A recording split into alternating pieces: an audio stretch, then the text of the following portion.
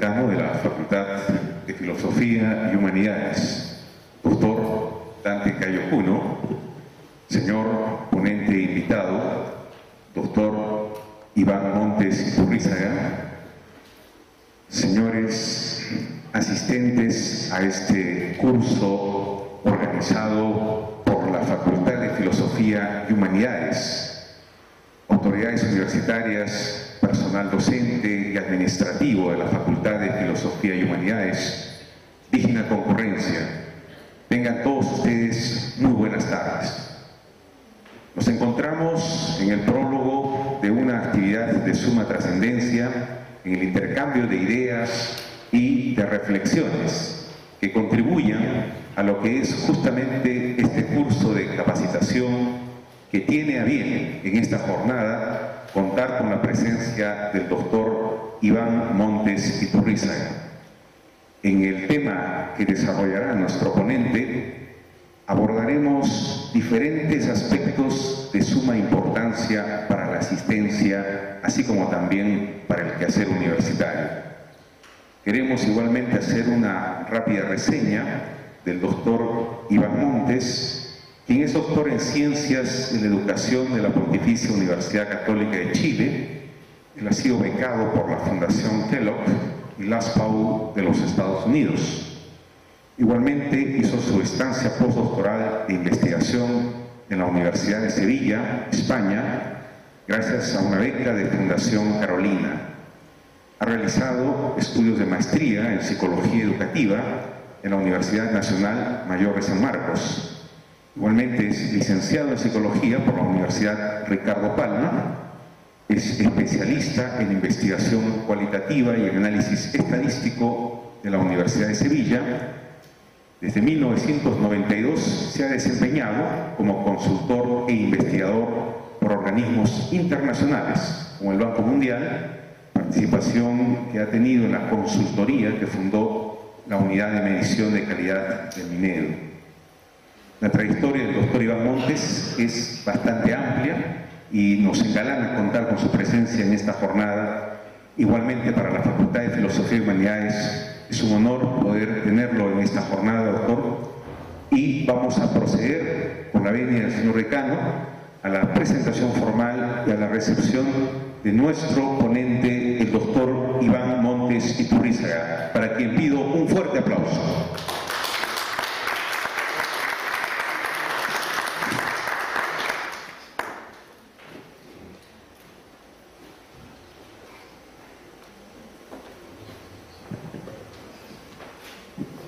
Muy buenas tardes, muchísimas gracias por la invitación a este seminario. Cuando me convocaron para hablar de investigación, yo dije, bueno, me encanta hablar de investigación y me encanta hacer investigación. Y señalé que me gustaría partir, no un diagnóstico, todos ya sabemos cuál es el diagnóstico en nuestras universidades y un diagnóstico incluso en los procesos de reforma universitaria. Solamente permítanme partir de una serie de anotaciones importantes que van en contra de la investigación que ustedes hacen o que están por hacer. ¿Sí? El principal enemigo que tiene en este momento un académico universitario, un docente universitario, investigador o con miras A para poder desarrollar su labor es la propia ley universitaria. O sea, la ley universitaria actual va en contra de la investigación filosófica, lingüística, artística, literaria. La propia ley universitaria. Yo tuve la oportunidad de hablar con los autores de la ley universitaria y en repetidas oportunidades señalaban lo siguiente, que la investigación filosófica, histórica, literaria y artística no tenía sentido en el Perú, ¿no? En otras palabras, el propio general Mora, ¿no?, lo repitió en muchos foros, incluso en esta casa de estudios, ¿no? Bueno, acá no se le permitió, pero en un foro en otra sede sí habló y dijo que no tenía razón de ser. Y eso está expresado en la ley universitaria actual, ¿no? En otras palabras, en la ley universitaria actual se parte, en epistemología se dice economicismo, El economicismo es un reduccionismo, ¿no? Que dice que aquella investigación que aporta directamente al subsistema económico es aquella que vale por encima de otras. El CONCITEC, que ustedes conocen, tiene una visión economicista, que por tanto es reduccionista. La ley universitaria la tiene. No he venido a deprimirlos, he venido a darles una serie de alcances, ¿no? Pero me gustaría partir del entorno legal. La ley universitaria, hoy en día, tal como está planteada, a diferencia de la ley anterior, ¿sí? Esta ley plantea la supremacía de algunos tipos de investigación, en otras palabras, de algunas ciencias con respecto a otras. La ley universitaria actual dice claramente que algunas ciencias merecen apoyarse y otras no. Las que practican ustedes y las que practico yo no merecen apoyarse según la ley universitaria actual. Si bien esto puede parecer muy sutil, pero no es sutil cuando uno escucha los argumentos y declaraciones del propio congresista Mora y la gente que firmó la ley de educación. Por ejemplo, se señala en el articulado de investigación de la ley universitaria, se mete incubadora de empresas. O sea, estamos hablando de investigación científica. Y la investigación científica responde a la pregunta epistemológica o nociológica, ¿cómo es la realidad? Ya, incubadora de empresas. Primer error de la ley universitaria. Y segundo, es de que los proyectos o las líneas de investigación de una determinada universidad, por ende de una facultad como la que integra y congrega a cada uno de ustedes, colegas, tendrían que estar a la luz de los planes de desarrollo regional, de las priorizaciones de la región que obran en estos grandes planes de desarrollo. Me gustaría saber si alguno de ustedes los han invitado a los planes de desarrollo regional o al plan de ciencia y tecnología de la región Arequipa. Bueno, en estos planes de la región Arequipa, incluso el plan regional de ciencia y tecnología vigente, se dice claramente que las áreas prioritarias para el desarrollo de Arequipa es la ganadería, la fibra de alpaca, el turismo, la agroexportación, la manufactura con mejor nivel o calidad, la producción de minerales, de metales, de derivados, etcétera, etcétera. La producción lechera.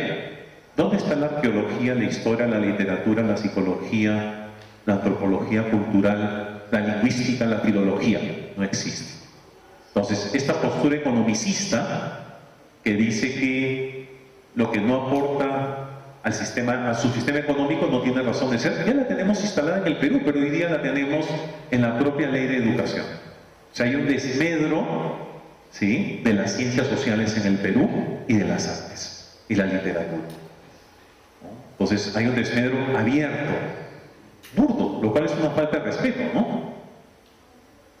Es como querer pretender cerrar la facultad de historia en la UNSA, ¿no? O literatura diciendo de que no es rentable, ¿no? O pretender cerrar en la UNSA filosofía, pero decir que no contribuye al desarrollo. Entonces, este escenario economicista y por ende reduccionista desconoce que lo social, por utilizar el término sistémicamente hablando, tiene varias dimensiones o varios subsistemas. Y una sociedad desarrollada en ciencia y tecnología procura un desarrollo armónico, equitativo, armónico de todas. Por ejemplo, el arte, el derecho, la literatura, la poesía, la literatura, o sea, apoyar investigación en todas las esferas, así como en economía, en negocios, en logística, en exportación. Y eso es lo que caracteriza a las sociedades desarrolladas. Entonces, este colonialismo mental que tiene el Perú de preparar gente en la educación básica para que sean simplemente trabajadores, el hecho de decir córtense el pelo, desfilen, marchen todos iguales, no molesten, sentados, es un colonialismo. El sistema educativo asumido, este post-colonialismo, ¿sí?, está también en el ámbito universitario, donde nos dicen que lo que hacemos no es importante, cuando el CONCITEC tiene casi el 90% de sus fondos a áreas diferentes a las que nosotros cultivamos. Este razonamiento, ¿no? Yo tengo algunos artículos que pueden encontrar en revistas, e incluso algunos los he colgado en el ciberespacio denunciando esto. A mí me votaron de la Comisión de Plan Regional de Ciencia y Tecnología cuando llegué acá a vivir a Arequipa, ¿no? Me votaron de la sala por hablar lo que estoy diciendo ahora, me expulsaron del auditorio Miguel Grau, ¿no? Entonces, pues ¿cómo es posible que diga que la literatura, la filosofía, la lingüística sirve para el desarrollo? Claro, desconocen que hay diferentes subsistemas sociales. Pero lo peor de todo, de desconocer lo que nosotros hacemos, es que para poder hacer y generar un país democrático y armónico, si solamente apostamos por el subsistema económico, tenemos como resultado el Perú. El Perú apuesta por el desarrollo económico, no apuesta el Perú por el desarrollo integral de la sociedad. Tenemos más minería, ¿no es así? Más dinero que Inglaterra. En estos últimos 40 años, ¿sí? Se dice que lo que el Perú ha producido solamente en extracción de mineral supera, ¿sí?, las arcas inglesas. O sea, lluvia de plata como cancha, como diría un que no es ni amigo ni enemigo mío, ¿no? Un ser humano X, ¿no? Plata como cancha. El tema es, ¿por qué en el Perú no podemos, ¿sí?, a pesar del crecimiento económico, tener una sociedad más democrática, más culta, más leída, más sensible al otro? Porque no hay tanto apoyo a lo que nosotros hacemos. En Arequipa, los semáforos son un desastre, ¿no?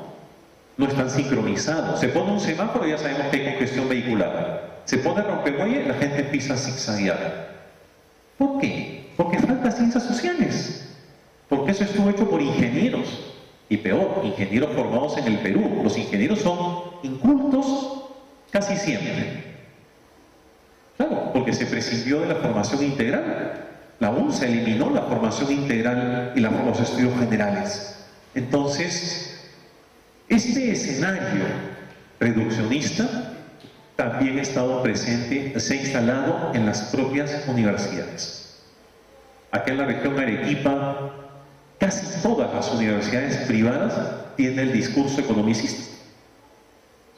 Las privadas han venido cerrando sus facultades de trabajo social, de arqueología. La UNSA también ha cerrado algunas, ¿no? Con argumentos muy parecidos a que les digo, ¿no? Entonces, puedo hablar de la UNSA con mucho respeto porque yo soy docente hace 14 años en la UNSA. Soy colega docente de la Universidad Nacional de San Agustín también, como ustedes. Entonces, se ha instalado en las propias universidades, ¿no?, donde dicen estas son nuestras líneas de investigación y están montando. La pregunta es, ¿qué tendrá que hacer?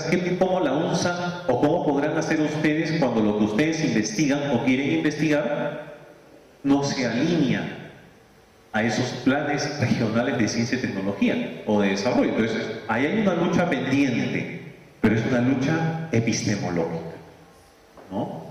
Ni siquiera lo económico funciona si prescindimos de las ciencias sociales. Seguimos siendo una república bananera, ¿no? Una república bananera, cafetera y del cacao. Pero no podemos hablar realmente del Perú como un país equilibradamente desarrollado, ¿no? Pues vamos en evolución cultural y en desarrollo económico, ¿no? Pero con una gran cantidad de desigualdades y una gran cantidad de problemáticas sociales. Entonces, este discurso también está instalado en las universidades. Y la gran pregunta que me hacen siempre, yo tengo un libro que publiqué el año pasado, después voy a dejar mi correo, se lo puedo pasar gratuitamente a usted, el libro, y todo lo que estoy hablando en la conferencia lo tengo publicado en mis libros, en mis artículos, ¿no? Se lo puedo dar libremente. Si el decano me escribe un correo, lo mando en un cipiado y les doy, por un tema ético, les tengo que obsequiar la producción intelectual que yo estoy haciendo alusión en este momento, ¿no? En la vía les diría vayan a comprarla a la librería, ¿no? Sino yo estoy obligado a entregárselas.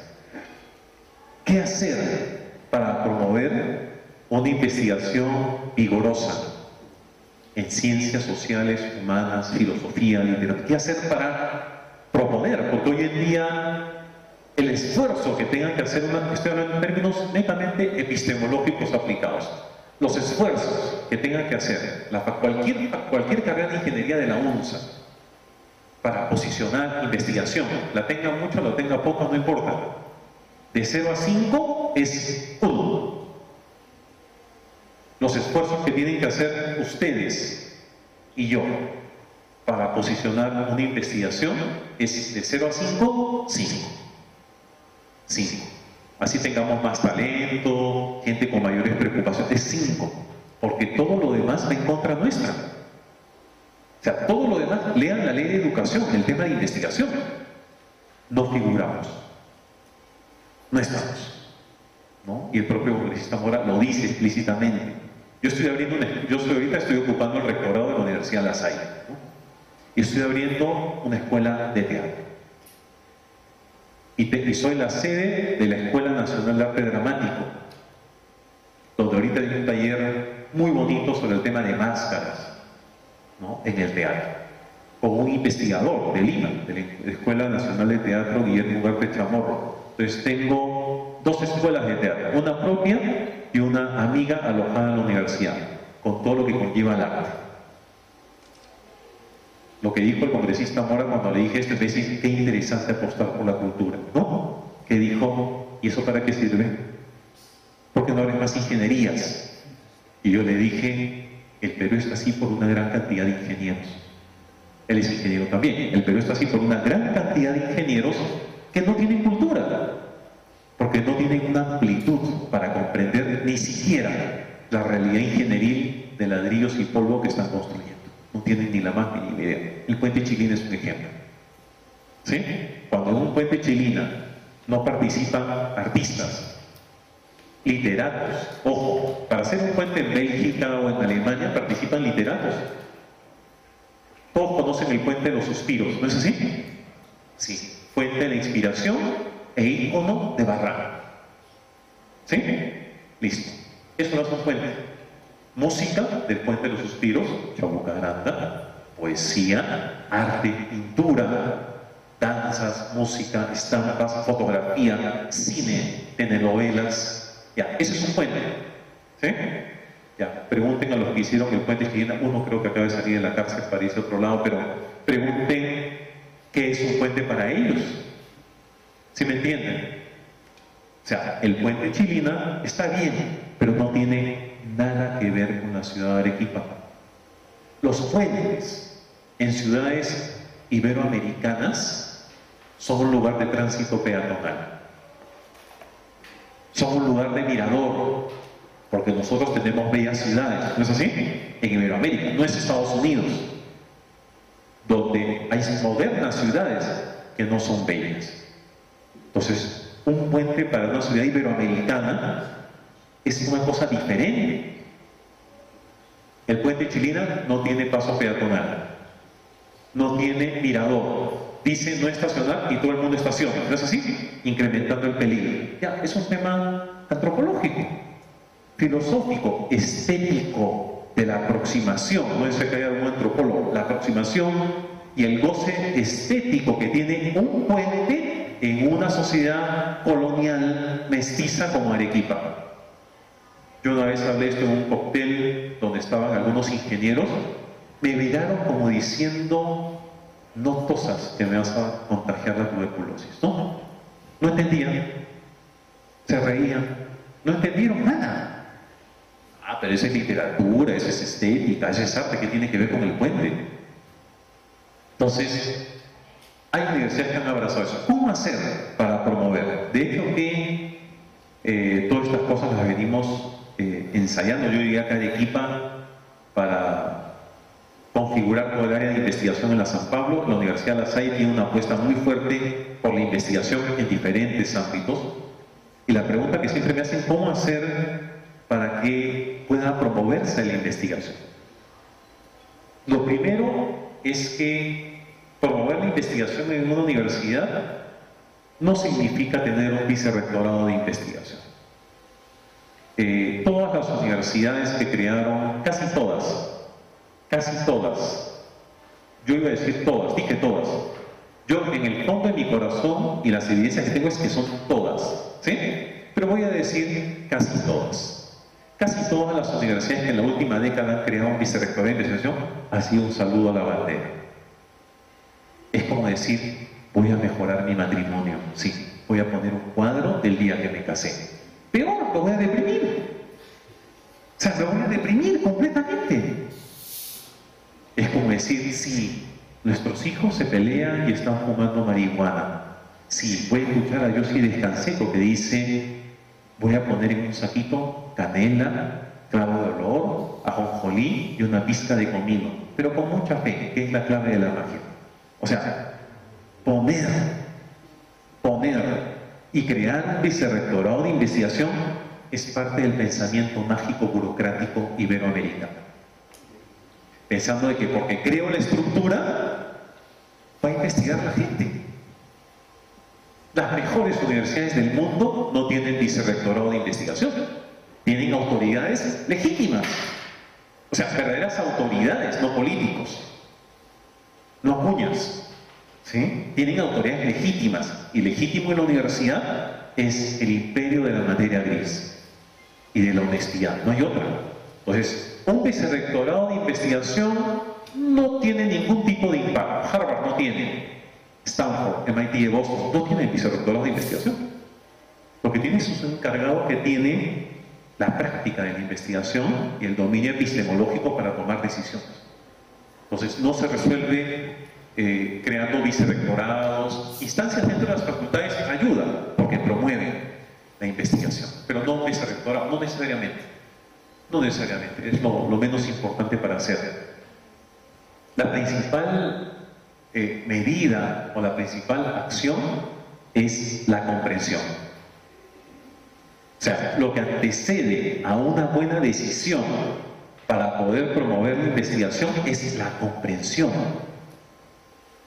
La comprensión. En otras palabras, si uno comprende, no cualquier cosa, si uno comprende la investigación, es capaz de tomar excelentes decisiones. ¿Cuál es la primera cosa que se tendría que comprender en mi modesto entender? Que el trabajo o la labor intelectual de un investigador no puede ser vista ni apreciada, ¿no?, bajo los ojos perversos de un neocapitalismo. No puede ser apreciada de esa manera. Universidad de Sociedad Anónima en el Perú. Los profesores dictan 20 o 30 horas, se les paga por las horas que dictan, no tienen profesores investigadores, ¿sí? Y esta persona dicta 30 o 40 horas porque le es mucho más rentable, entre comillas, para la universidad, en vez de tener un profesor que dicta solamente 6 y las demás investiga, tener una persona que dicta a tiempo completo. Ya, esa es una figura del neocapitalismo, ¿sí?, instaurada en la universidad. Es hacer que la gente marque tarjeta en la universidad. Es decir, pero ¿cómo es posible que todo el semestre hayas estado leyendo y no hayas producido nada? Neocapitalismo. En el neocapitalismo, el intelectual, ¿sí?, el intelectual es un mal necesario, ¿sí?, pero generalmente incomprendido, porque en el neocapitalismo, ¿no?, todo lo que acontece dentro de la cabeza no me va a crear nada de riqueza en esa lógica de pensar. Entonces, es la comprensión de que el trabajo intelectual es importante, que el trabajo intelectual amerita años, décadas de entrenamiento intelectual, de entrenamiento mental, de expertise para eso, ¿no? De expertise. Entonces, lo primero es la comprensión. Hay un libro que es de Sennett con S, que se llama La corrosión del carácter, que analiza estas claves del neocapitalismo, ¿no?, para entender al trabajador, ¿no?, y especialmente al trabajador intelectual, al intelectual que realmente no está haciendo una manufactura de algo, ¿no?, sino está generando saber sistemático de la realidad, ¿no? Un saber sistemático de esa realidad. Entonces, ¿qué hacer? En primer lugar, comprensión. En segundo lugar, tomar medidas epistemológicas, ¿no? Epistemológicamente saludables.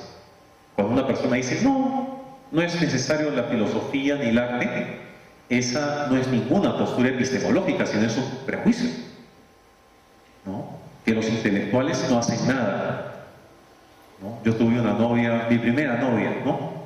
5 años de noviazgo, nos íbamos a casar y la mamá tenía una idea bien extraña de los intelectuales. Yo ya había publicado algunos libros, estoy hablando del año 91, 92, había publicado varios libros, varios artículos, y me dijo, mi mamá me ha dicho de que si no buscas un trabajo real y normal, no me case contigo. ¿Cómo le digo? Si yo me dedico a investigar, a escribir. Yo soy periodista también, o sea, yo me dedico a escribir, a publicar. No, mi mamá dice que eso no es ningún trabajo, que tienes que trabajar verdaderamente, y mi mamá piensa que eres un vago. Entonces, elige tus libros o nuestra relación de pareja, ¿no? Ustedes ya deben imaginar lo que yo elegí, ¿no? Mis libros, mi trabajo intelectual. Ya, eso mismo es lo que a veces se cree, ¿no? Entonces, tenemos que crear un conglomerado compacto. Esfuerzo de 0 a 5, 5. Porque tenemos un montón de gente que te va a decir, ¿y para qué sirve? El para qué sirve es una pregunta que se le hace a la técnica. Y en el ámbito donde ustedes se desenvuelven, por lo general, tenemos ciencia, tenemos filosofía, tenemos estética, ¿sí? Pero no podemos responder a la pregunta ¿para qué sirve? Que es una pregunta instrumental, que está dentro de la lógica utilitarista, economicista, ¿sí? Reduccionista, neocolonialista, neocapitalista, de decir ¿para qué sirve? El pragmatismo romano, en otras palabras, ¿no? Algunos epistemólogos dicen que lo que mató la ciencia en Grecia fue el cristianismo y el pragmatismo romano, ¿no? Ese pragmatismo está presente. Cuando uno le pregunta, ¿y para qué sirve eso? Tienes 20 años de tu vida estudiando la poesía de Vallejo o los simbolismos y no sé cuánto en la poesía de Eguren.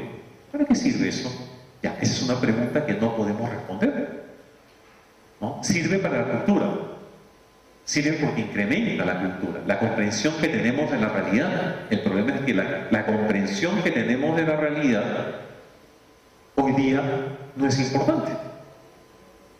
Entonces, comprensión, marco epistemológico, no es necesario crear un vicerrectorado de investigación. Es importante defender epistemológicamente lo que estamos haciendo, ¿no? Ya que estamos rodeados en el ámbito nacional, me refiero, de gente muy ignorante, ¿no? Gente que no tiene formación humanística, ¿no? De los ministros, ¿quiénes tienen formación humanística?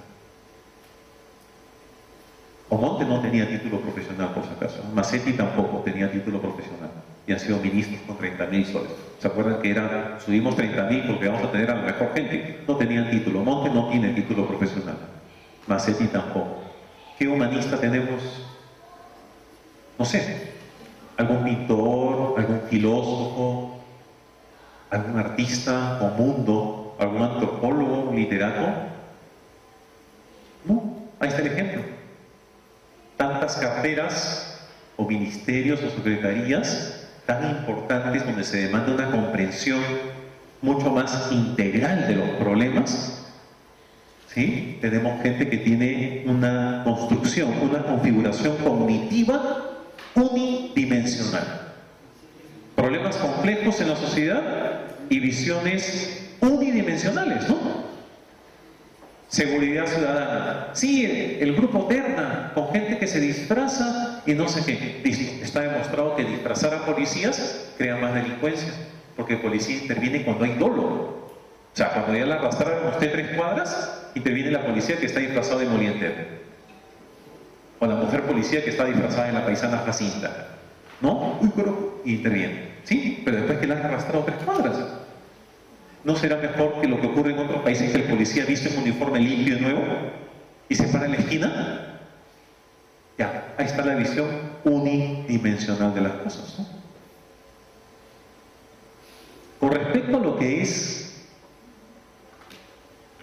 y cómo hacer en algunas áreas y ámbitos para poder comenzar con una línea, en otras palabras, con un objeto de estudio. Por ejemplo, la literatura, ¿no? Estudiar un periodo de la literatura peruana, por ejemplo, latinoamericana o filipina, ¿no?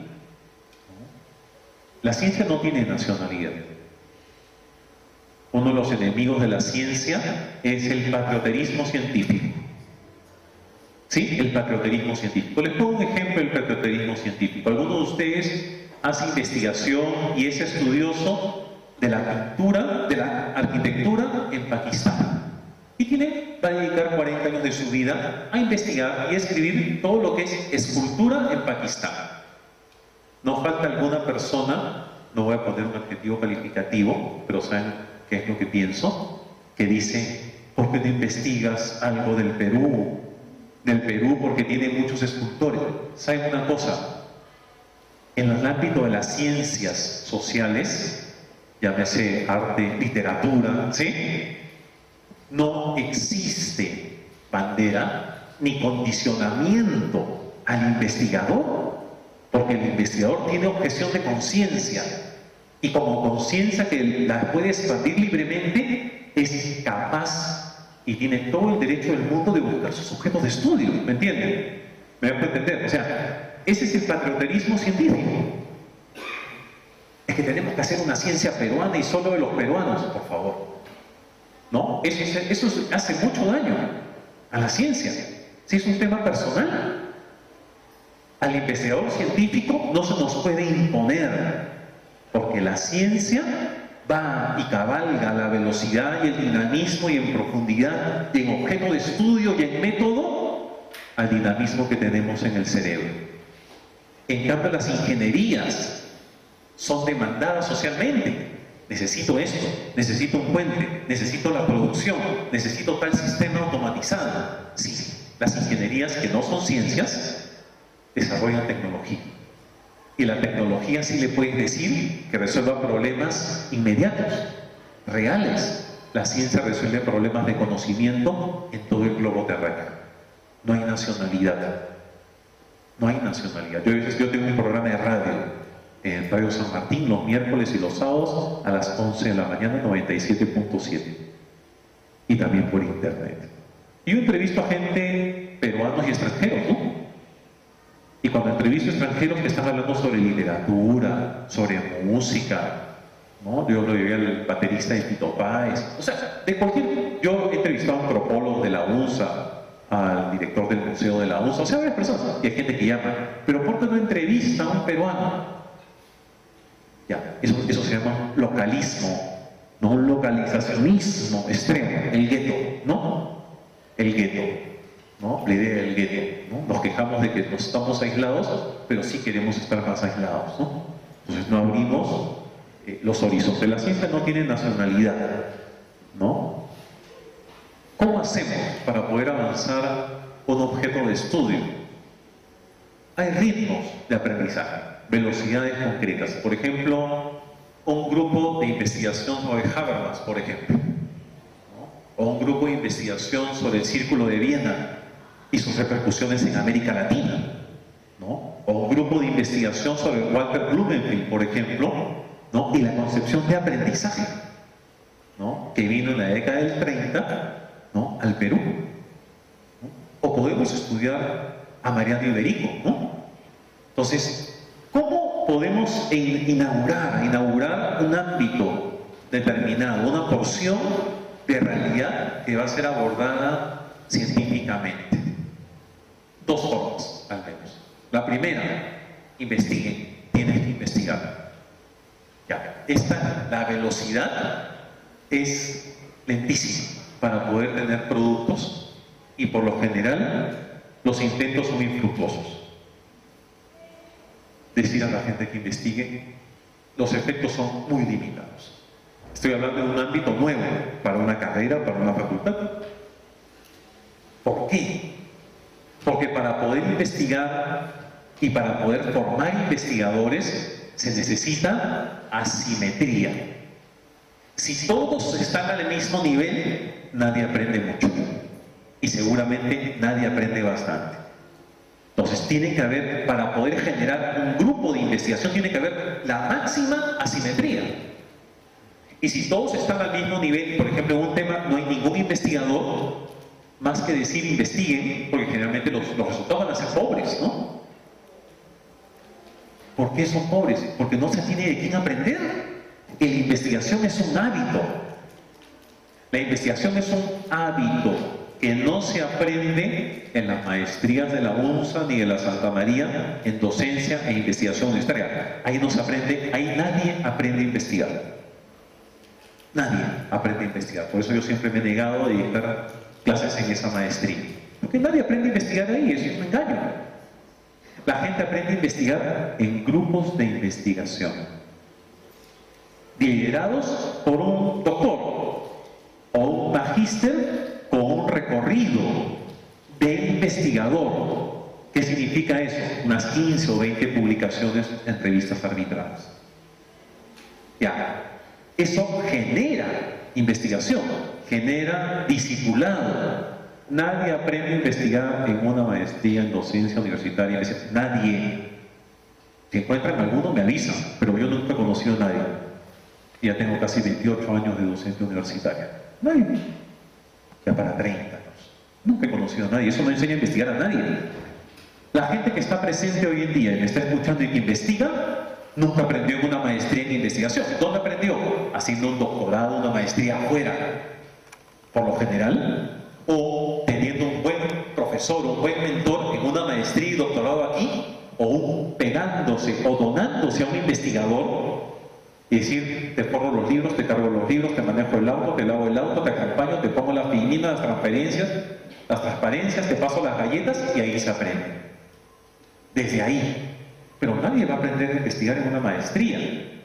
Se aprende de personas. Entonces, lo que se dice es sembrar personas. Ustedes tienen la posibilidad de que son una facultad fuerte. Y ustedes pueden traer gente de los Estados Unidos a que vengan gratis a trabajar a la UNSA, ¿no? ¿Cuál es el tema? Que la UNSA no tiene la plaza de profesor investigador, según yo tengo entendido. No tiene la UNSA por estatutos la carrera de profesor investigador, no la tiene. Y han hecho reforma estatutaria, no, y no la tienen. Qué raro que no la tengan. O sea, no existe la carrera de profesor investigador en la UNSA. Yo soy profesor de acá, por si acaso también, ¿sí? Pero no la tiene. Entonces, cuando uno quiere traer un docente de 65 años en Estados Unidos, que quiere venirse al Perú a estudiar literatura peruana, a hacer investigaciones, ¿cómo entra a la UNSA a trabajar? No va a reconocer su grado de doctor porque no hay convenio cultural con los Estados Unidos. 1. 2. ¿Cómo entra como plaza? ¿Como jefe de prácticas? Bueno, es lo que pasa, ¿no? Jefe de prácticas de derecho de piso. No, entonces va a dictar posgrado para que llene sus horas. ¿Y con qué horas investiga? Entonces, los grupos de investigación que se pueden crear pueden sembrar de investigadores, peruanos y extranjeros. Incluso hay una beca de repatriación que tiene el CONCITEC. Muy poco para ciencias humanas, sociales, arte y literatura. Pero el sembrar de una u otra manera personas en las facultades para que dirijan grupos de investigación, crea discipulado, el aprendizaje de personas que aprenden investigación. Desde muy temprana edad de ese grupo se empieza a publicar en revistas arbitradas internacionales y se prepara un gran contingente de personas para que investiguen. Es la única manera. No hay otra. Y si hay una persona, como existe, que ya investigan y tienen el oficio, ver la forma de descargar la mayor cantidad de horas para que estas personas puedan formar grupos de investigación, semilleros. Países latinoamericanos como México, Brasil, Colombia, Chile, Ecuador, que nos llevan bastante en investigación, tienen en sus leyes universitarias y dispositivos normativos, descansa todo el sistema de investigación en los grupos de investigación y en la política de semilleros. En la actual ley universitaria no existe alusión alguna a lo que es semilleros y grupos de investigación. Ni siquiera acreditación de investigadores. Recién Concitec sacaba una pauta, pero no existe la acreditación de grupos. O sea, está hecha sin ningún tipo de sentido.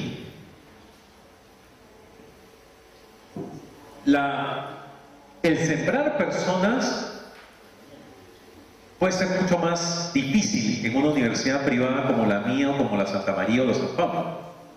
Para una universidad pública es mucho más fácil, ¿no? Hay gente que me dice, sí, yo voy constantemente al extranjero y yo invito a gente.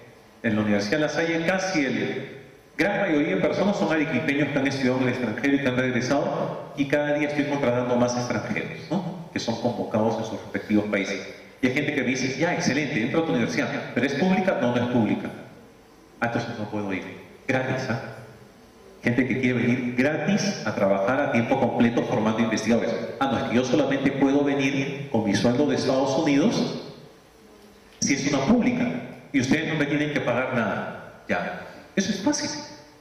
De la Universidad de Pensilvania, de Pittsburgh, pueden traer gente gratis a trabajar.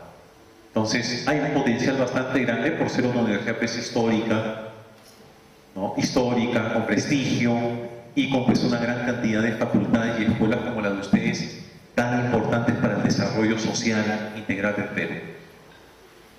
Si estamos diciendo de que el espacio predilecto son los grupos de investigación, lo primero que se recomienda es decir quiénes son los que tienen mayor expertise y a esos descargar horas para que puedan dirigir grupos de investigación, porque nadie aprende a investigar por su cuenta.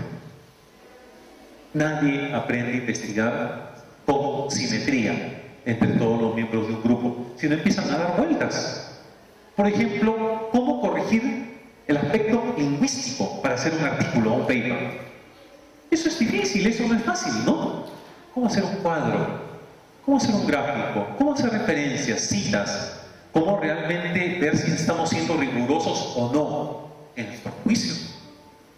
¿O cómo podemos suavizar el lenguaje para decir, podría ser, es probable que la vinculación que tuvo, es probable o posiblemente, ¿no? La relación de alumno-discípulo que tuvo Javier Aerobo con tal profesor en Barranco, tal cosa, marcó, ¿no? Marcó su interés por lo político. Ya, o sea, ¿cómo eso no se puede aprender leyendo un manual? Eso se aprende de un experto. Eso se aprende de un experto. Si no es endogámico. Si no terminamos teniendo revistas donde solamente publica la gente el entorno, y eso es endogamia.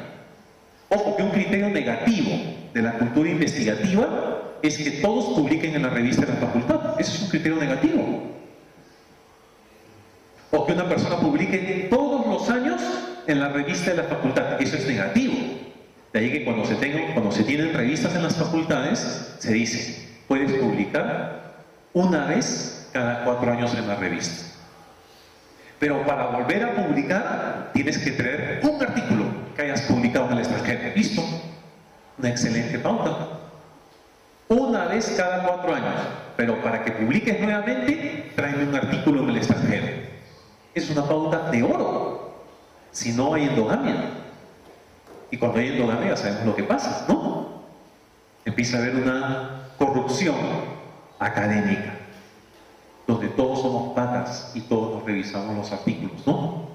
O no puede haber rigor. O por ejemplo, una revista donde el comité editorial sea 2 o 3 peruanos y los demás extranjeros, ¿no? Y que haga una revisión pues ciega, ¿no? Sin que se sepa quién es la persona, ni dónde estudió, ni cuál es su pedigrí académico. Y donde pueden publicar incluso a estudiantes, ¿no? De primero o segundo semestre, no importa. Entra el artículo del decano y el artículo del alumno de tercer semestre. Y quién sabe, en ese momento se publica el del tercer semestre. No hay ningún problema. En el mundo académico no hay argumentos de autoridad ni de poder. Es solamente conocimiento. Yo publico en bastantes revistas. Y hay veces yo veo, y en esa revista sí sale un artículo, un estudiante de Colombia del 8º semestre, ¿no? Sí, pero el mío no salió. Tuvo más tiempo, seguramente tuvo un mejor asesor o un revisor. Se pueden pasar muchas cosas, ¿no? Pero eso no es motivo de sentirse mal, sino si es el juego de la ciencia, ¿no? El juego de la investigación. Otra forma importante para combatir o contrarrestar la endogamia, ya me dio el tema de las revistas, ¿sí?, es poder vincularse explícitamente con otras revistas y otros foros en los cuales se participan de redes, de revistas vinculados a una temática determinada, ¿no?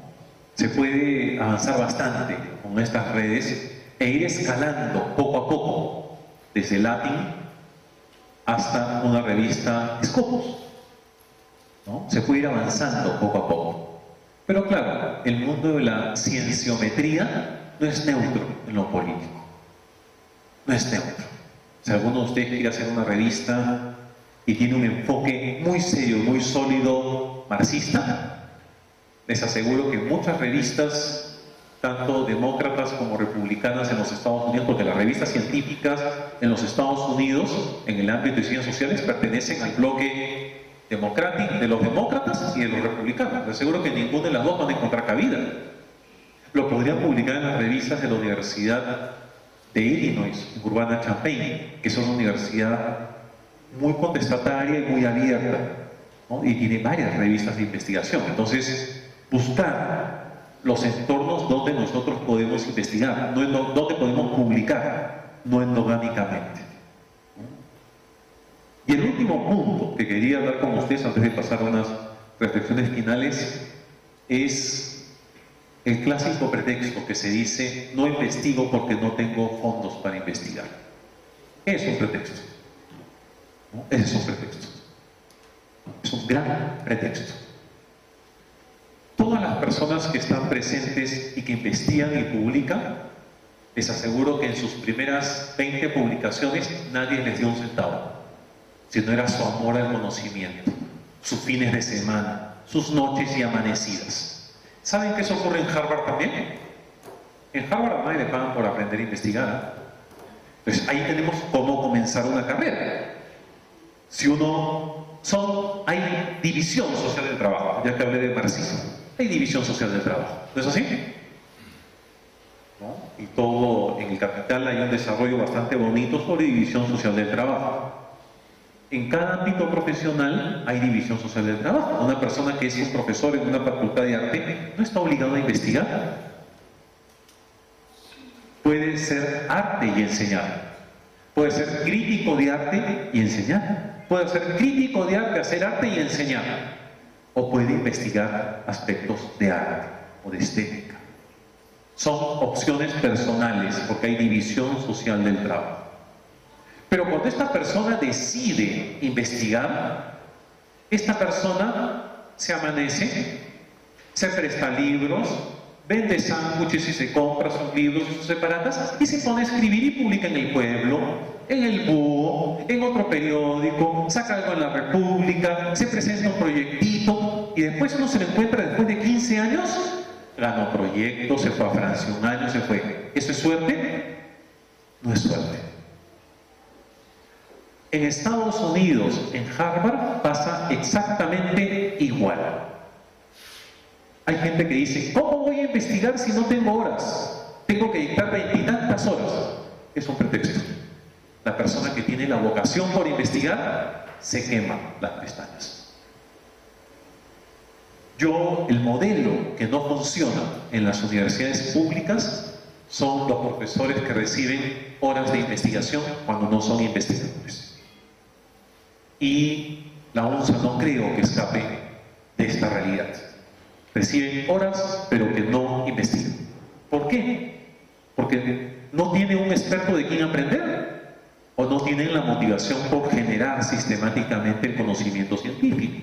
Entonces, no resulta. Hay gente que me viene a decir: Iván, yo quiero empezar a investigar, pero necesito horas. Yo les digo: tráeme en 3 años y lléname mi mesa. Siempre digo así: quiero que me den horas para investigar. Y yo le digo: no. Lléname mi mesa. Es un escritorio pequeño. Llena mi mesa de artículos.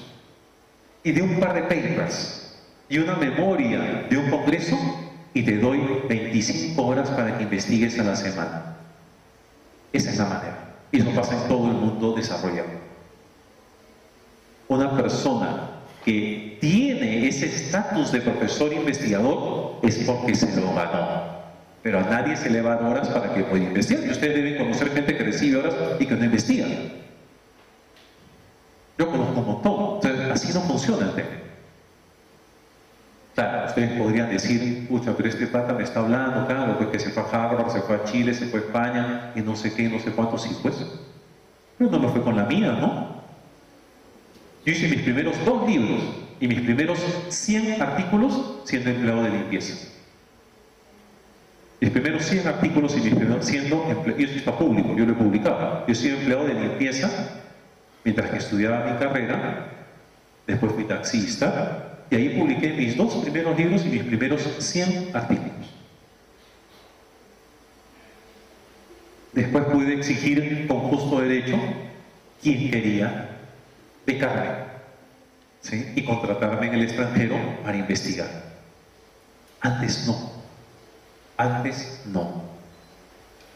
No resulta ni en la UNI, ni en San Marcos, ni en la Agraria, ni en la Universidad Nacional del Callao, ni en la Cantuta, ni en la Abad, ni en la Universidad San Cristóbal de Huamanga. No resulta en ninguna nacional pagarle a las personas horas de investigación. Es un despilfarro de dinero, de talento.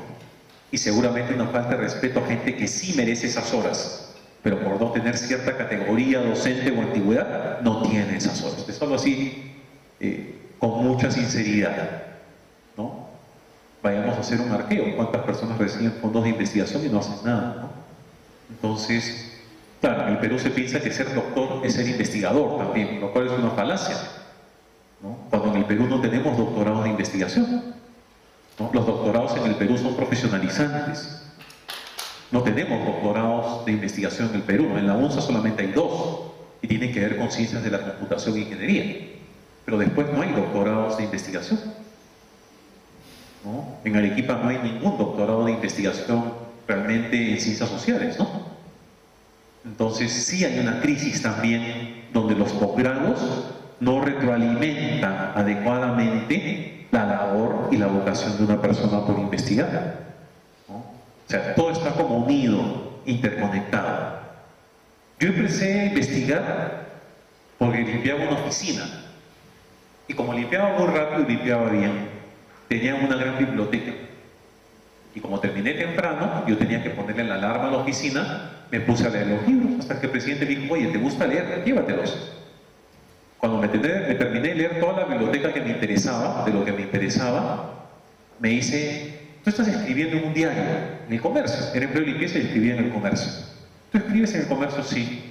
Y en la República también, oye, qué interesante, quiero hacer esta investigación pero no sé cómo. ¿Tú has llevado el curso de investigación? Sí. ¿Qué tal si hacemos un proyecto? Lo vamos a presentar a la directiva nacional. Y ahí comencé mi labor como investigador, ¿no? Ahí comencé mi labor como investigador, ¿no? Sin ningún tipo de financiamiento o haciendo artículos y haciendo cosas. Pero es posterior. Las condiciones son importantes. Comprensión, reconocimiento a la persona que investiga y publica, ¿no? El valorar, las condiciones institucionales, por ejemplo, plantean la necesidad de que no exista una jerarquía de las ciencias. Porque uno puede decir, ¿cómo es posible que se piense que la ingeniería es más valiosa que la literatura? O que la ingeniería y la economía es más valiosa que el arte, o la estética, o que la música, o que la filosofía. Ya. Pero también dentro de las ciencias sociales y el arte también hay jerarquías, ¿no? Hay gente que ha inventado esas jerarquías. Y algunos epistemólogos como Popper, Kuhn, Thomas Kuhn, el que escribió La estructura de las revoluciones científicas, una excelente versión en español del año 62 del Fondo de Cultura Económica, Irme Lakatos, ¿no? La historia de la ciencia y sus reconstrucciones racionales, plantearon lo siguiente, de que hay una inconmensurabilidad de todas las ciencias y disciplinas. Nadie puede decir que, no, bueno, la sociología es más importante que la literatura. No, eso no. Entonces, la comprensión implica valorar que todo aporta a la cultura. incluso los temas como puede decir, porque es la crítica economicista, distorsionada, falaz epistemológicamente, es decir, pero tienes 30 años investigando el vuelo de la mosca. ¿Me has escuchado esa frase, no? El vuelo de la mosca, 30 años. ¿Y eso para qué sirve? ¿Sabes una cosa? Que el vuelo de la mosca es importante investigar. O sea, no es más importante investigar a Vallejo que el vuelo de las abejas. No es más importante. Porque para la persona que investiga las abejas, lo más importante son las abejas. Y aquella persona que investiga poesía peruana o latinoamericana, lo más importante es Vallejo. ¿Me dejo entender? Hay inconmensurabilidad, no podemos jerarquizar. Hay gente que investiga matemática pura. Nadie puede decir, pero 30 años investigando esto. En otras palabras, para cada persona o para cada integrante de una ciencia y disciplina, lo que investiga es lo más importante. Pero no podemos comparar sociología con música, con arte, con poesía, con psicología, con antropología o historia.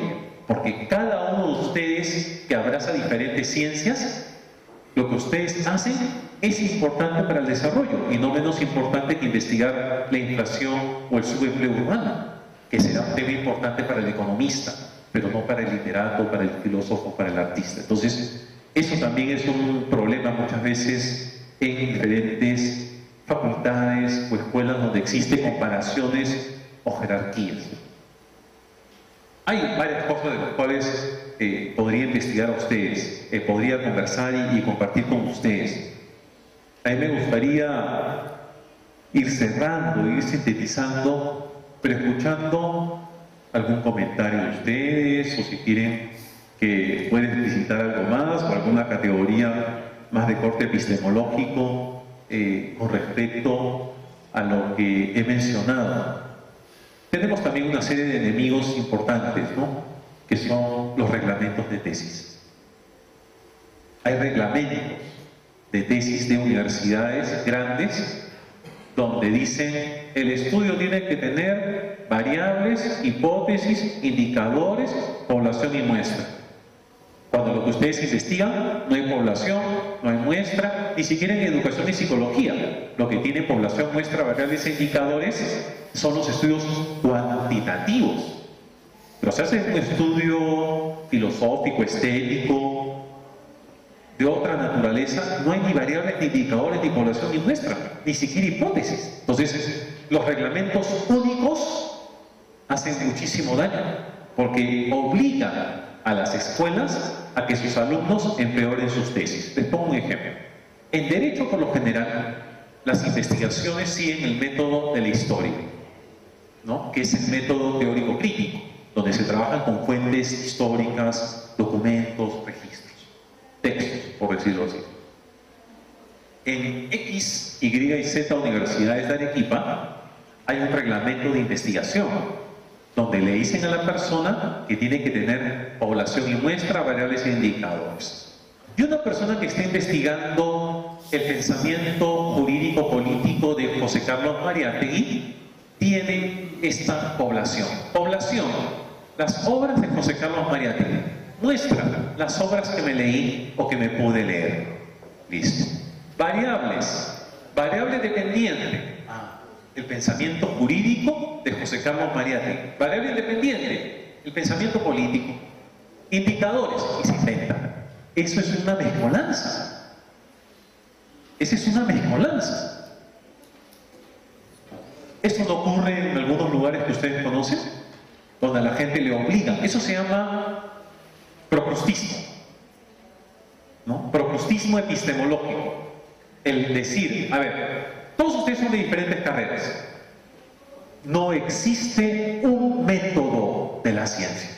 No existe. Por consiguiente, no existe un reglamento único, ni siquiera para una facultad.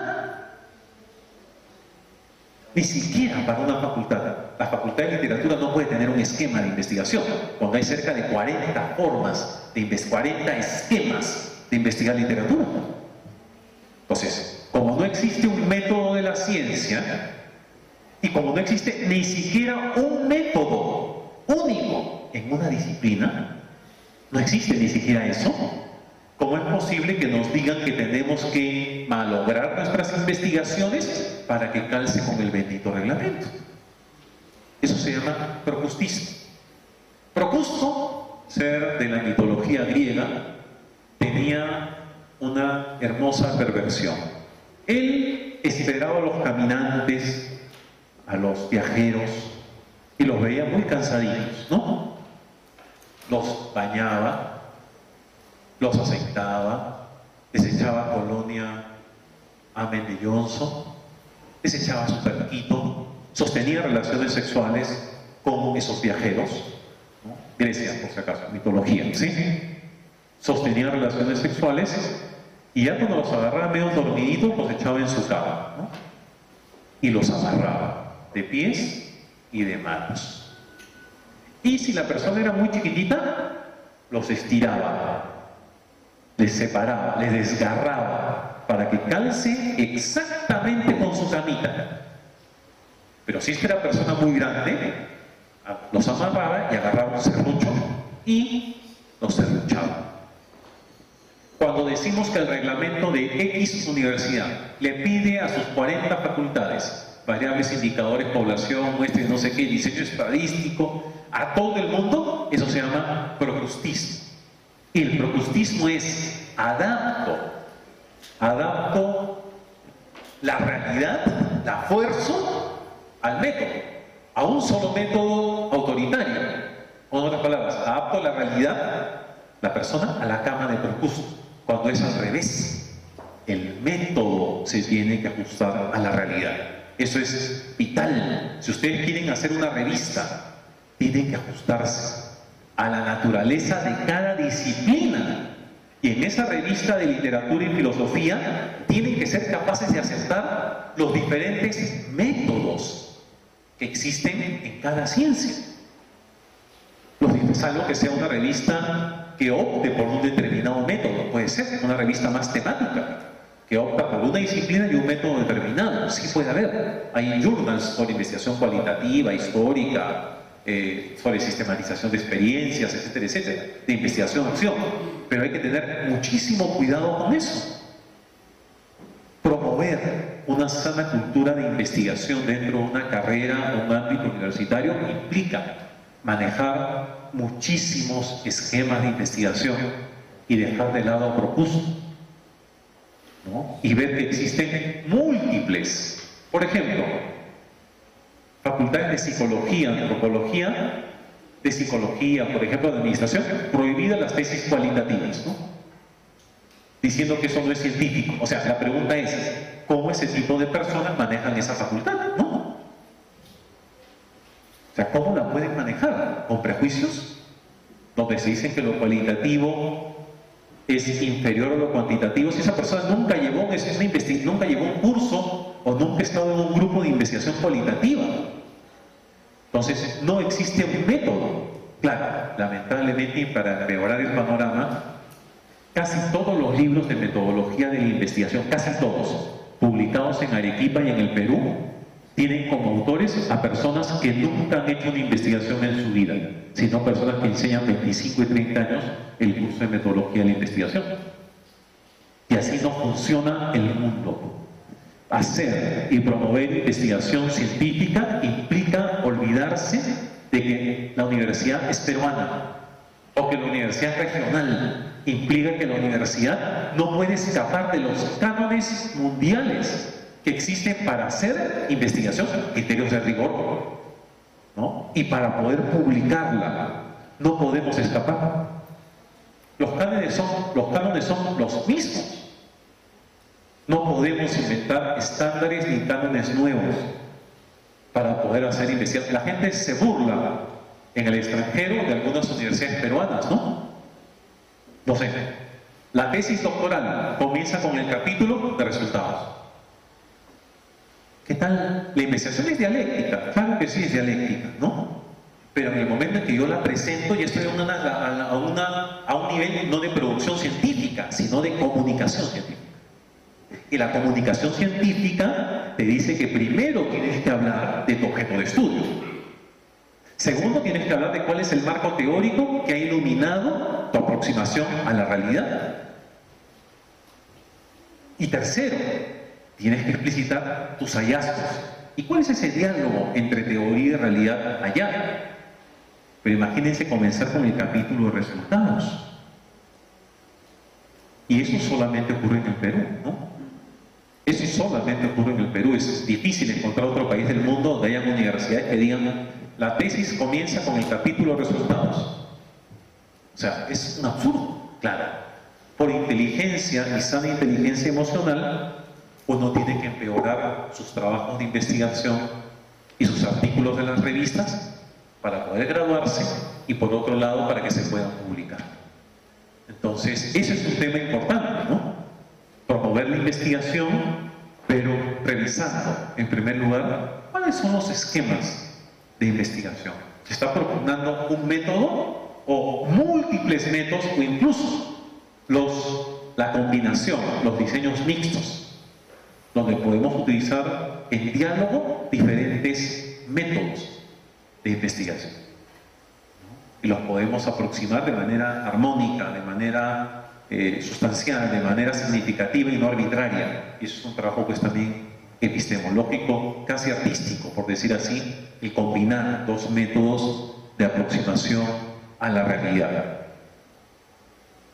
Lo que se espera en los próximos años en el Perú es de que todas las universidades, públicas y privadas, puedan realmente levantar cabeza en todo lo que es investigación, ¿no? Y eso implica necesariamente dignificar el trabajo del docente universitario, ¿no? Comprender mejor su labor, comprender que el docente universitario es un intelectual, no es un trabajador manufacturero, es un trabajador intelectual que le otorga un gran valor, ¿no? Y un gran diferencial a una sociedad desarrollada versus otras que no son desarrolladas. Yo creo que eso en las públicas y en algunas privadas se tiene más o menos logrado. Vayan a las privadas, sociedad anónima, por lo general, y van a encontrar que es para llorar. Comenzando por los sueldos, ¿no? Los sueldos. Profesores en privadas, tiempo completo, contrato 48 horas, ¿sí? Están ganando un promedio de 1.800 soles, 1.700 soles, ¿no? Eso es lo que ganan en una privada. 2.000 soles a lo mucho, ¿no? Eso es lo en una sociedad anónima. Claro, en una sociedad anónima no hay derechos laborales, ¿no? Mayormente. Uno es un asalariado más. Y es cuánto dicta de clases por lo general, en una sociedad anónima. ¿Sí? Uno le pagan 48, pero dicta 35, 38 horas, 40 horas a la semana para ganar 2.000 soles, ¿no? Y tiene grado de doctor, grado de magíster, porque hay otra cosa más. En la privada sociedad anónima no hay categorías docentes. Todos son contratados. No voy a decir nombres, pero son casi todas. No existen profesores ordinarios. No existen. Estoy hablando de universidad privada, sociedad anónima. Todos son simples contratados. Simples contratados. Ahí no vale que tengas un doctorado, una maestría, que tengas méritos, al contrario. No les conviene tener gente que escribe y publica. Claro, hoy día con la nueva ley universitaria están tratando de ver qué hacen. Pero acá es algo bien claro. Con la misma gente no se pueden hacer cosas diferentes, ¿no? Con la misma gente no se pueden hacer cosas diferentes. ¿No? Personas que antes ya estuvieron en el gobierno universitario y no hicieron nada, no van a intercambiar puestos con nosotros porque no van a hacer nada, absolutamente. Para hacer cosas grandes, cosas importantes, esfuerzos heroicos por sacar adelante la investigación, se necesitan otras personas que lideren, ¿no? Otras personas en el gobierno máximo y capacidad de seguir aprendiendo, de seguir cultivándose en este ámbito. Hasta aquí por mi parte. Si tienen alguna duda, alguna reflexión o algún alcance que me puedan dar para llevarme también una tarea para revisar y para ir viendo experiencias, les agradezco muchísimo y aprovecho la oportunidad para agradecer al decano, a las autoridades que me han invitado, a la profesora Rita, que tuvo la gran amabilidad y gentileza de invitarme a poder conversar con ustedes acerca de mi experiencia. De lo que yo les he hablado es lo que yo hago. Yo me dedico a dirigir y diseñar áreas de investigación de universidades, sobre todo colombianas y mexicanas, y algunas del Perú. Pero eso es lo que yo vengo haciendo, aparte de investigar, me gusta, ¿sí? Siento una pasión por el diseño de áreas de investigación. Les agradezco muchísimo por su amabilidad y por el tiempo realmente que me han regalado y la gran, ¿no?, acogida y la gran caridad que han tenido de escuchar. Muchísimas gracias. Doctor Iván Montes Urrizaga, nuevamente el agradecimiento por su ponencia en esta jornada, el curso de capacitación organizado por la Facultad de Filosofía y Humanidades en el marco de la interacción, de la reflexión y también de establecer nuevas alianzas estratégicas y convenios con universidades hermanas, así como también con la comunidad académica en general. Queremos invitar a la digna concurrencia para poder compartir algunas preguntas a nuestro ponente, doctor Iván Montes. Sí, doctor Sayuca.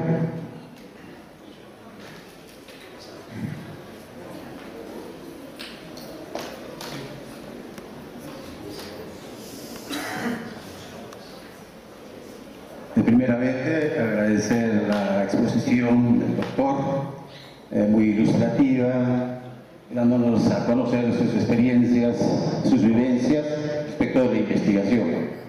Obviamente, toda tesis genera antítesis, ¿no?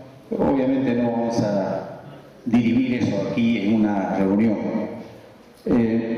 Tengo varias preguntas, pero por el tiempo voy a detenerme en una.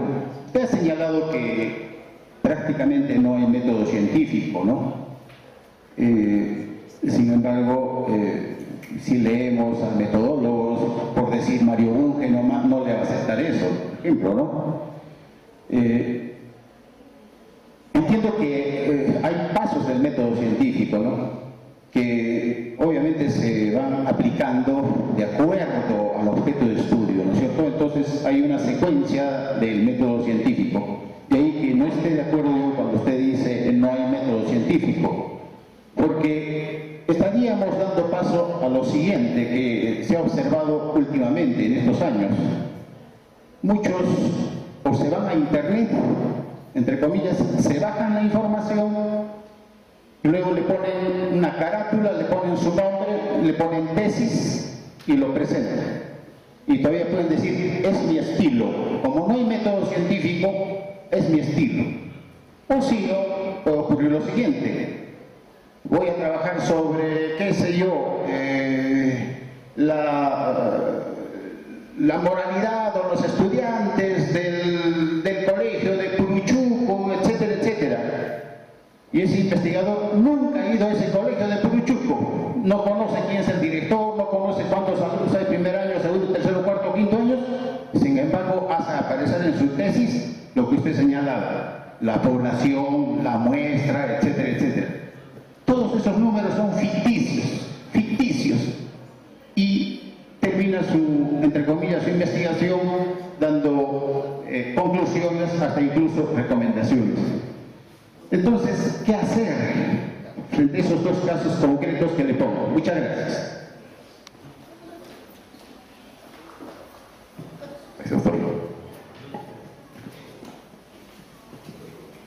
Muchísimas gracias al colega. El Mario Bunge, en su libro Epistemología, empieza a hablar de las epistemologías regionales.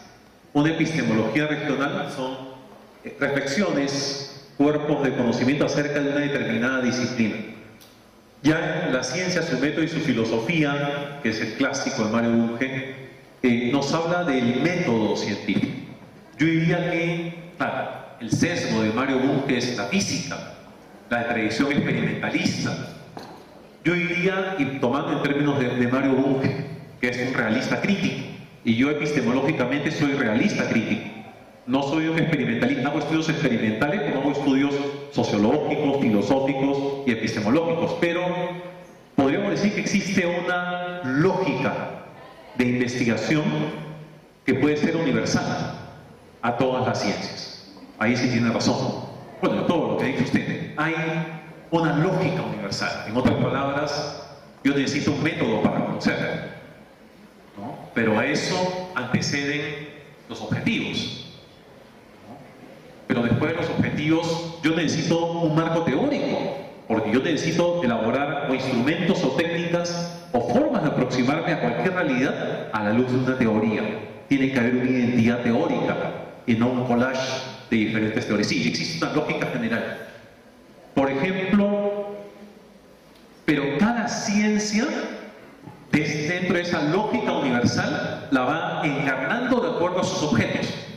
Me explico, en psicología hay el método piagetano o el método de Vygotsky, que se puede hacer con un solo sujeto o con dos sujetos, estudios del desarrollo. La lógica universal es la misma, ¿sí? Pero ahí no tengo ni variables, ni indicadores, ni tengo población ni muestra, sino son los diseños intrasujeto, tal como lo publicó en América Latina por primera vez Rubén Ardila, hace 40 años.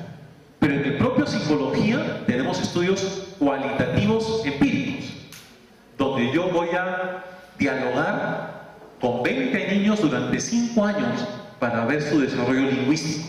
Ahí tengo, la lógica es la misma, pero tengo un esquema diferente, donde estoy obligado a dar cuenta de cómo seleccioné esos sujetos, cuántas veces interaccioné, y si es que el tiempo que yo, criterios de rigor en el estudio cualitativo, el tiempo que interaccioné con los mismos fue equitativo para todos. O sea, lo que yo digo es, existe una lógica universal, ¿sí? Pero esa lógica universal se encarna de 4, de 5, de 6, de 10 maneras diferentes, dependiendo de la disciplina, ¿no? Dependiendo de la disciplina. Por ejemplo, en sociología.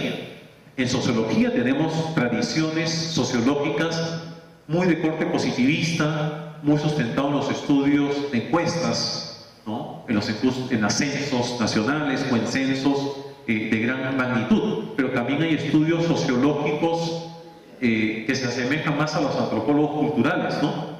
Donde uno está estudiando instituciones. Por ejemplo, la famosa principio de Peter, ¿no? Que es que las personas dentro de una jerarquía por lo general son promovidos hacia el nivel máximo de ineficiencia. ¿Ya?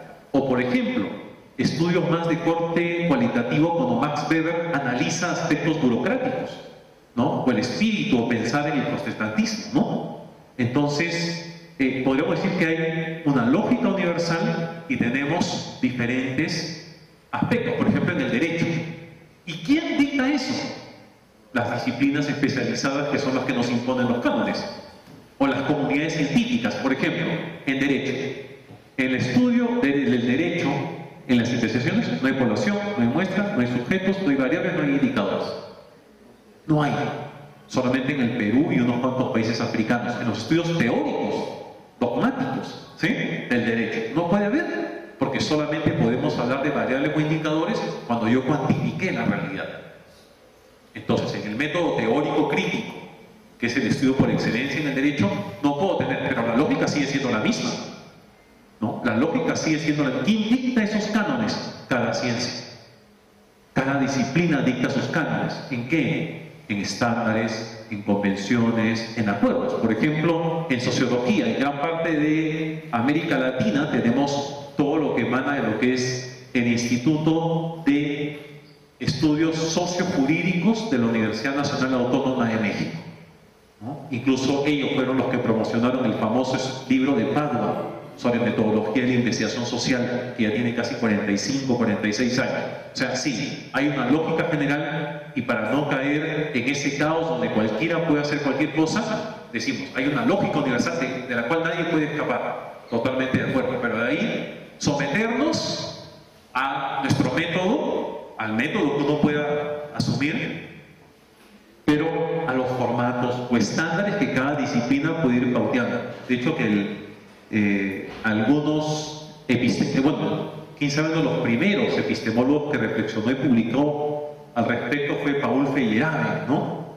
Cuando publicó la teoría anarquista del conocimiento contra el método, ¿no? Y si bien él no utiliza la reflexión de Procusto, que es una categoría que se acuñó 10 años después, utiliza el hecho de que No existe un único método general, existe una lógica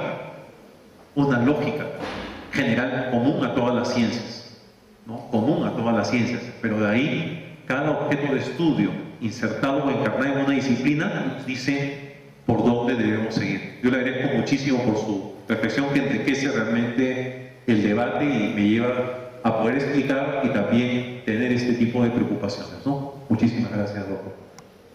Gracias por compartir tu experiencia.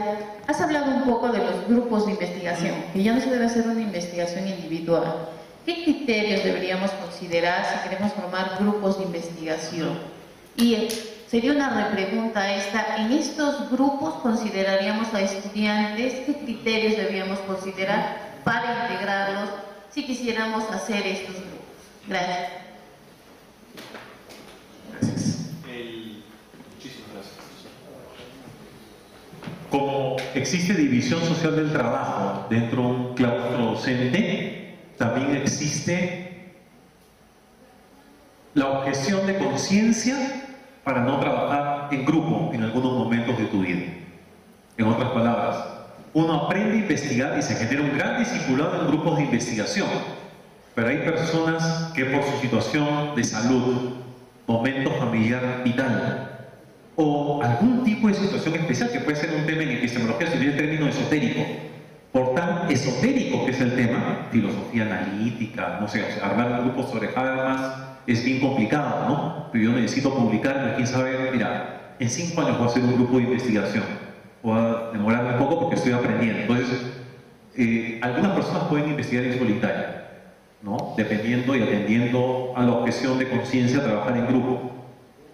Pero esa persona se formó en un grupo. Yo digo, ¿cómo hacer para poder forjar un grupo? Uno, otorgar responsabilidades a personas que tengan más recorrido, más horas de vuelo, para que puedan formar grupos de investigación.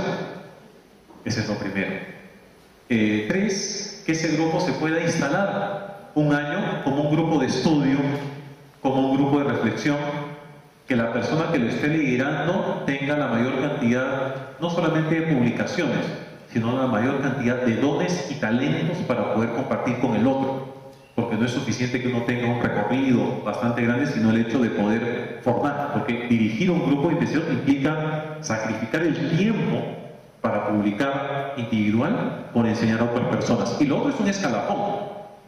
Un escalafón que vaya desde practicante, que puede ser un estudiante, asistente de investigación, un estudiante que tiene 2 años en un grupo de investigación, después investigador asistente, investigador adjunto, investigador a secas, y lo que es un investigador principal o un investigador senior. Crear un escalafón. Se puede consultar, por ejemplo, el escalafón que tiene la Comunidad Europea para sus consultores, ¿no? Que pide constantemente el perfil de investigador. Un escalafón con requisitos muy claros para pasar de un peldaño a otro dentro de lo que es ese grupo de investigación, independientemente de la edad. Si deben participar estudiantes, sí, porque en los grupos de investigación también se forjan talentos y vocaciones para la docencia universitaria. Yo diría, por ahí podría ir avanzando. De hecho, que cada universidad tiene su propia coyuntura, su propia problemática. Entonces, en este caso, atendiendo a la organización de una facultad o de una universidad, o cuál es el clima socioemocional dentro de la misma, se pueden ir moviendo algunas piezas o fichas, disculpen que sea tan mecanicista, se pueden ir moviendo o suscitando una serie de dinamismos, ¿no? Pero sí, con la participación de estudiantes y sabiendo de que uno no está obligado a trabajar en grupo. Por ejemplo, por una situación de salud que me aqueja hace 15 meses, he congelado mi grupo de investigación. Lo he congelado. Claro, y 8 meses que no he podido publicar como publicaba antes. Y recién he empezado nuevamente, a pesar que todavía no logro resolver mi tema de salud, he empezado a publicar, a escribir, pero lo tengo que hacer solo los próximos 2 años, porque estoy volviendo a un ritmo pequeño, un ritmo muy modesto, por una situación personal. ¿Sí me entienden? Estoy hablando de algo personal, que es verdad. Yo no podría ahorita dirigir un grupo de investigación porque no iríamos a nada. Primero tengo que recobrar mi capacidad, ¿sí?, de salud para poder producir, para poder escribir. Entonces son situaciones que se pueden dar, ¿no? Muchísimas gracias. No, muchísimas gracias a cada uno de ustedes por su tiempo y por su voluntad de escuchar. De reconocimiento por su participación en esta jornada del ciclo de capacitación. Igualmente un presente, recíbalo, doctor. Me digo que comenzamos. Y agradecemos una vez más un nuevo voto de aplauso para nuestro ponente.